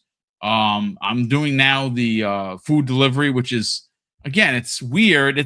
But it's fun. It's just fun. I'm doing the Japan tours, which I actually think is cool. It's kind of very chill. You can set it to auto drive if you want, or you can drive and they give you a car, and it's not a race. You're not racing anybody. You're just with other tourists, and you can take pictures. And maybe that sounds boring to you. Maybe like, well, that's just stupid. Boom. Okay, if it is for you, but I've done it. I got half that done. I want to get the achievement for that. I actually have, I think, 530 of the 1,000 Achievo so far. I got more than half. I am missing 21 roads is all I need to get that achievement. I think that's 50 points, as a matter of 50 gamer score. There's a section that has 10 of the signs that I'm missing. I can't get in there. I don't know how to do it. I think maybe I have to just keep playing the game. And I think that's it. Yes. That's probably where my 21 roads are. And I'll be able to get not only the 21 roads and get that Achievo, I have every sign except for those last 10. I got all the mascots. Like, I'm putting in the work. Like, this is fun. But thanks so much, Ronald. Appreciate that, brother. We have Tim the Sorcerer dropping a very generous £2 super chat. He says, awesome show. Have a great gaming weekend. Tim, great to see you here, brother. Thank you for the generosity and the kind words. Hopefully you have a great weekend as well. But let's get everyone out here. Chris Baum, let's sell the brand, brother. By the way, real quick, no show on Monday. Mrs. Boom is off. The guys are going to be with their families. They're going to be celebrating. So no show on Monday. I will, of course, be back here at 12 p.m. on Tuesday for, obviously, the Xbox Factor podcast, and the rest of the week will be, shows. The following week, you're going to get shows Monday, Tuesday, Wednesday. I'm flying out Thursday. So I am going to do the Wednesday show before the big events is going to be like a prediction show of what to expect. And then what I'm going to try and do is I have a lot of appointments. I can't really talk about anything just yet, but I am going to be doing at least 2 live streams from LA. One is going to be directly after the Xbox Game Showcase. Okay, that's usually my biggest show of the year. I'll set up with the guys who wants to be a part of that. and I'm gonna try. I gotta see what Friday looks like. I'm gonna try to do something in the early afternoon after the Keeley's event, because it's gonna be a lot of big reveals. So I'm gonna try and get at least 2 shows, 2 live streams, and I'm gonna be doing a lot of recordable content and putting it up. A lot of shorts, especially from inside the the auditorium where we're going to be watching all the world premieres for Xbox. I'll put those all up as shorts. But Crispy Bomb, sell the brand, brother. Where could people check you out, follow you on the socials for not only the crispy truth, but a side of very pointed receipts? Yeah, sometimes they need them. At Crispbomb on X, Crispbomb28 Xbox Live, and yes, I will be working Monday, which sucks, and obviously there's no show, but we'll see you next Friday on Breakfast with Boom. Yes. Again, it's going to be a lot of fun. But guys, sorry that you have to work. Mrs. Boom's actually off. She doesn't get off from work very often outside of taking vacation, but her business is closed, which is great. So we're gonna have a nice 3-day weekend. I'm gonna do a couple of videos over the weekend that we did. This week I haven't had a chance to do anything, and honestly, if I'm telling on myself, when I'm done with the show, I look at the computer and I'm like, okay, I can make a video. I just shut everything off. I go right to this. I go right here, and I just play Forza. And I've been playing Forza every freaking day. I got almost 4 days worth of time in that game, and I can't stop playing. Oh my God, it's so good. Anyway, Forza Belvedere. We got to talk about not only your wife's channel, which is Fright Night with Ferocious V, and that's going to happen, I think, tonight at 6 p.m. Eastern Standard Time. Yeah. We're going to get what you're working on there, but we also got to talk about your YouTube channel, where, of course, you're going to be working on lots and lots and lots and lots of videos on Forza Horizon 6 once you stop playing, sir. Sell the brand, brother. Where can people subscribe to both YouTube channels and follow you guys on social media? Oh, as always, love doing this podcast with you, Boom, as well as you, Crispy. Just love talking about the industry and Xbox, and we can really feel the energy behind the brand right now. And June can't come here soon enough as far as this showcase. So definitely looking forward to being out there with you. Man, if you haven't picked up Forza, Horizon 6 yet, definitely give it a try. If you got Game Pass, just make room, or you could even play it on the cloud. Like I've played on the cloud, and it's much better than I expected. It's much better than what it used to be for Forza Horizon 4 and Forza Horizon 5. But if you have PC, try it on cloud as well, or download it, make the room if you have. But it is truly a game of the year candidate, and we'll hopefully see the fruits of that towards the end of the year. But I put the link for my YouTube channel as well as my wife's YouTube channel in the chat. Be on the lookout for more Forza Horizon 6 content. But for Fright Night with Ferocious V tonight, 6 p.m. Eastern Standard Time tonight, be on the lookout for our review of the movie Mimic. If you're a fan of the movie Fly or other movies along those lines, you're probably going to want to check this out. Mimic was well, at least the first Mimic was a bit of a decent or good movie that had a weird kind of roll out as far as what we're what you're to be afraid of. So come hang out with us 6 p.m. tonight. We're definitely going to get into it and probably get off topic quite a few times. So it's always cool to hang out with us. Look forward to seeing you guys there. But no show Monday. Everybody have a good, safe holiday weekend. If you're members of the service, shout out to you guys for your service. For those that have been in the service, if you have buddies that have been in the service, check in on them. We always got to look out for each other. There's a lot of us that might be going through some tough times right now. So definitely check in on your battle buddies out there. But everybody have a great, safe holiday weekend. Hope to see you guys next week and be out on the streets of Japan. Hope to see you guys there. Well, thank you so much for that, brother. So yeah, again, shake the hand of a member of the service. Obviously, freedom isn't free. I served during Desert Storm, it's you never know who's hurting. And it's always nice to check on people. Again, if they're your neighbors and you know them, you should check on them. If they're family members, of course, you should check on them. But have a great weekend. I will close out before we do my spiel. A big thank you to all of the super chats, channel member chats, and gifted subs that continue to come in. And I'm going to say this like I always do. Will never stop being a police officer, no matter what. It's just something that you are, not just something you do. At least for me, it's not. I couldn't sit by and watch someone hurt, not do anything, even though I'm not a cop anymore. I'd still have to get involved because that's just my DNA. But I always have to say, especially during these holidays, folks, please, whatever you do, celebrate responsibly. Do not drink and drive. Do not get high and drive, because that's a thing, especially here in New York. You see it all the time. You're going to ruin more than just your own life, your own families, and someone else's. And I know that maybe I sound like the Charlie Brown teacher, and that's fine. But I have to say it. Please celebrate, the holiday responsibly. Do not drink and drive. Do not smoke and drive. And get out there, have fun, and we'll see you next week. Have a great gaming weekend, everyone. And of course, I'm going to close out the show with something that's incredibly important to me, folks. Hopefully one day it'll be important to you. And that's something that my dad taught us when we were kids. He'd say, Craig, treat others how you want to be treated. And also, it doesn't cost anything to be nice. You live by those rules, son. I can guarantee you're going to have an awesome day. So take care, everyone. And we'll see you next week on the newest episode of Breakfast with Boom.